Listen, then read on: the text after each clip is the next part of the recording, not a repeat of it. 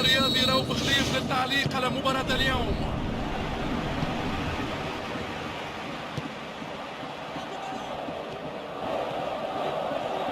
يريد الاستفادة من زميله في جانب الملعب. لويس سواريز، افتكاك مميز خلصهم من الخطر، والحارس يلعبها بعيدة عن مرماه.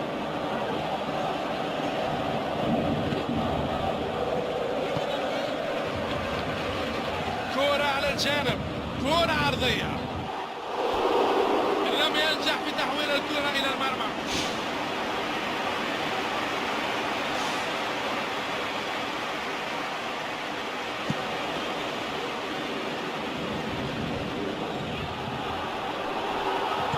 يلعبها طولية، يلعب كرة بينية. ميسي خطير على الجهة اليمنى، لا سلام ولا كلام. هذه كرة إلى الأمام، لم يحالفه الحذف الكرة البينية. مساعد الراية يعلن عن حالة تسلل.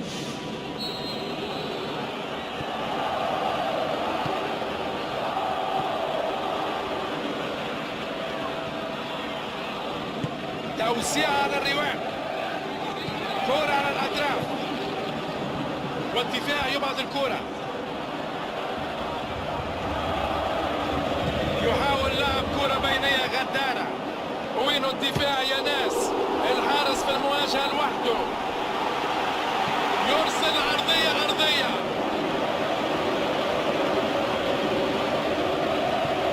يركنها ناحية المرمى. تصدي ممتاز للكرة، تصرف رائع منه هناك. هذا تصدي مدهش للكرة. كرة هوائية، لعبة رائعة، جول.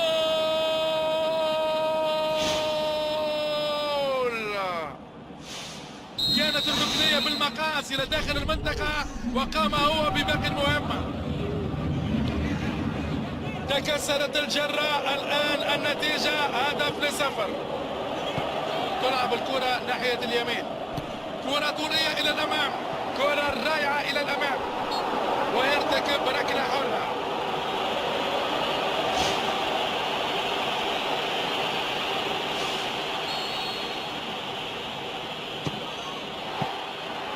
الحارس كان في أفضل حالاته بالتأكيد ليتصدى لكرة كهذه. يقرر لعب كرة نحو خط الوسط، وصلت إليه، لديه الفرصة، إنه في الطريق إلى المرمى، لم يخاطر على الإطلاق. قد تكون هذه فرصته، يوزعها،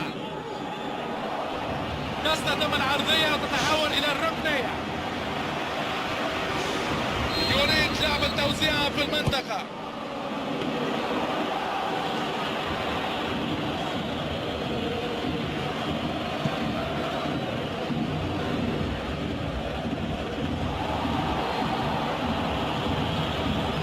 سيرخيو بوسكيتس يلعب كرة إلى الأمام، يلعبها بينية أرضية. تفوق في المواجهة البدنية وحصل على الكرة، وكرة ملعوبة إلى الأمام بسرعة. يندفع بقوة إلى الأمام. أرى أنها مخالفة، ويتفق معي حكم المباراة ويطلق صافرته. هل سيسددها مباشرة؟ واللاعب يسدد. الكرة كان فيها الكثير من القوة.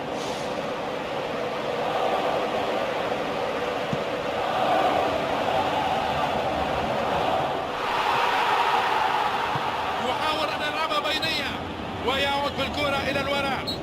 تدخل عنيف، المخالفة صحيحة. نعرف بالتأكيد من سيلعب هذه الكرة.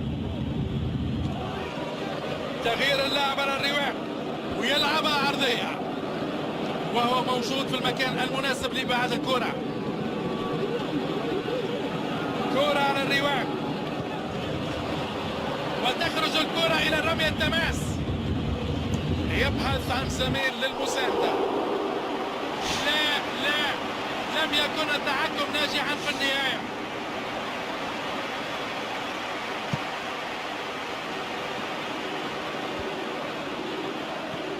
لم يحالفه الحذف في الكرة البينية.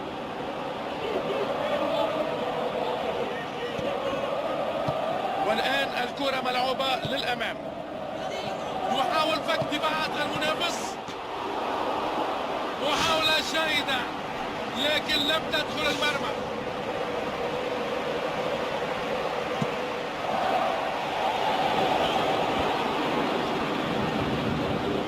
يلعب كرة إلى اليسار، اللاعب في الأمام في موقع متسلل.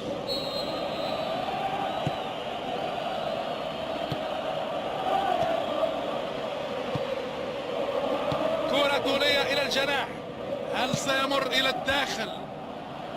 الدفاع في المكان لإبعاد الكرة، والكرة ملعوبة إلى الأمام.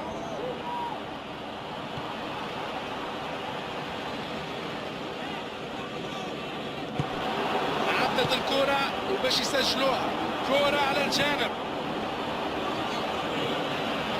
تمريرة مقطوعة، يبحث عن زميله، يحاول أن يلعبها بينية، لم يحالفه الحذف في الكرة البينية. يلعب كرة طولية للمنطقة الأمامية، يحاول لعب كرة بينية غدارة، لقد أسقطوا ولا بد وأنها ضربة جزاء. يصفر الحكم ويشير إلى نقطة الجزاء، ضربة جزاء صحيحة في رأيي.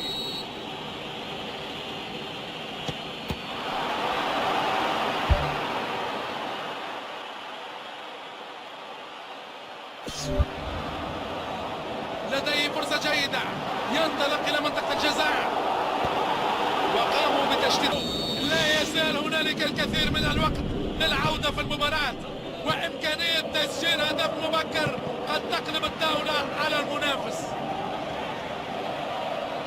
باريس سان جيرمان يجب أن لا يندفع كل الاندفاع خوفا من الخسارة، بكل تأكيد مطلوب منه التقدم إلى الأمام للتعديل، لكن مع الحرص لأن المنافس قوي جدا في الهجمات المرتدة.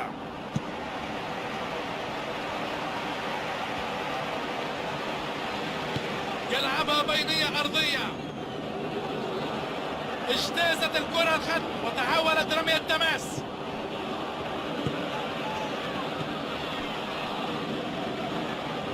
يلعب كرة إلى اليسار، يلعب كرة بينية، لويس سواريز، اعتراض رائع، منع الندم وجنب الألم. كرة معتادة ودفاع فوق العادة، يحاول تمريرها عبر الدفاع، الكرة داخل المنطقة العرضية ولكنها ضايعة. يلعبها طولية،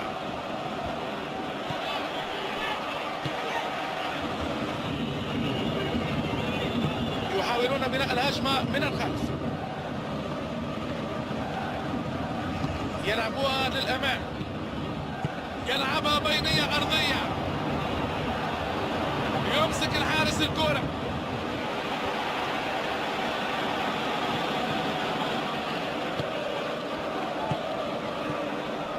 تمركز جيد والدفاع يستميت لمنع الخطورة وقطع الكرة.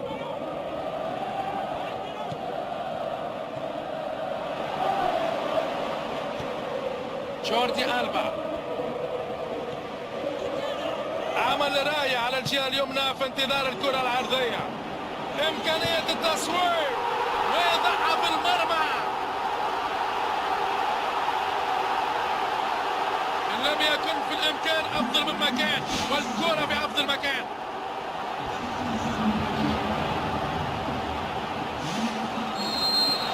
يواصلون المباراة بعد أن تعادل الفريقان.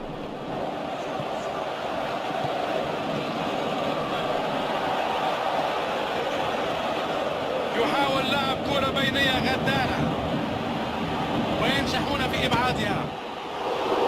أضاع الكرة لكنها كانت قريبة جدا.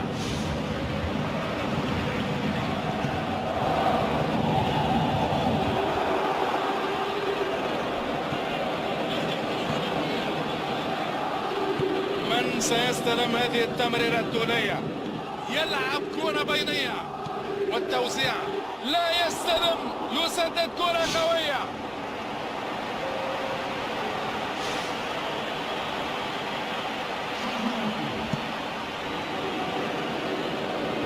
وصل إلى طريق الكرة وقد يسيطر عليها.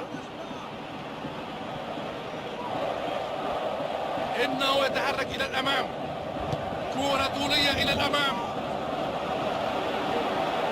تدرج ممتاز بالكرة في عملية واحدة، يقوم بالتصويب ويحرزون الهدف بطريقة ولا أجمل.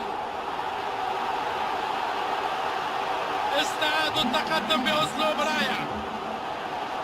أعجبتني كثيرا لمسة الهدف، ولكن أعجبتني وبصورة أكبر التمريرة التي أدت إلى الهدف، كانت رائعة.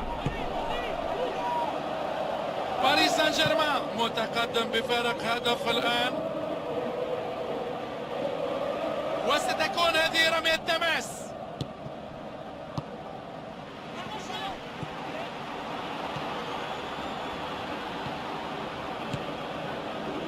يحاول فك دفاعات المنافس وتخرج الكرة إلى رمية التماس. من يقدر على هذه التمريرة؟ حذاري من هذه التوزيع. هل ستنجح هذه التسديدة؟ ينطلق نحو الخط الأمامي، توزيع على الرواق، فرصة للتسجيل. الكرة للأمام، لويس سواريز، ماركينوس، كرة طولية إلى الأمام. الانتصار لصلاحهم نظريا، لكن يتأكد الفوز إلا بعد صفيرة النهاية من قاضي المباراة. والصفارة تقول هذه كرة غير شرعية بداية تسلل. كرة طولية من الحارس، ضغط قوي وينجح في استعادتها.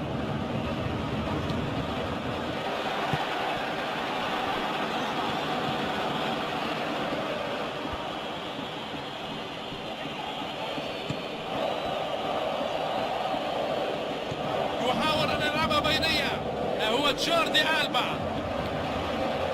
دفاع قوي لا يعرف الرحمة، لا يمكن أن تعبر أو تمر بدون التغلب على هذا الاندفاع البدني الهائل. والكرة للمنطقة الأمامية، انطلاقة غير عادية، هذه كرة خطيرة لا يمكن إهدارها من هنا.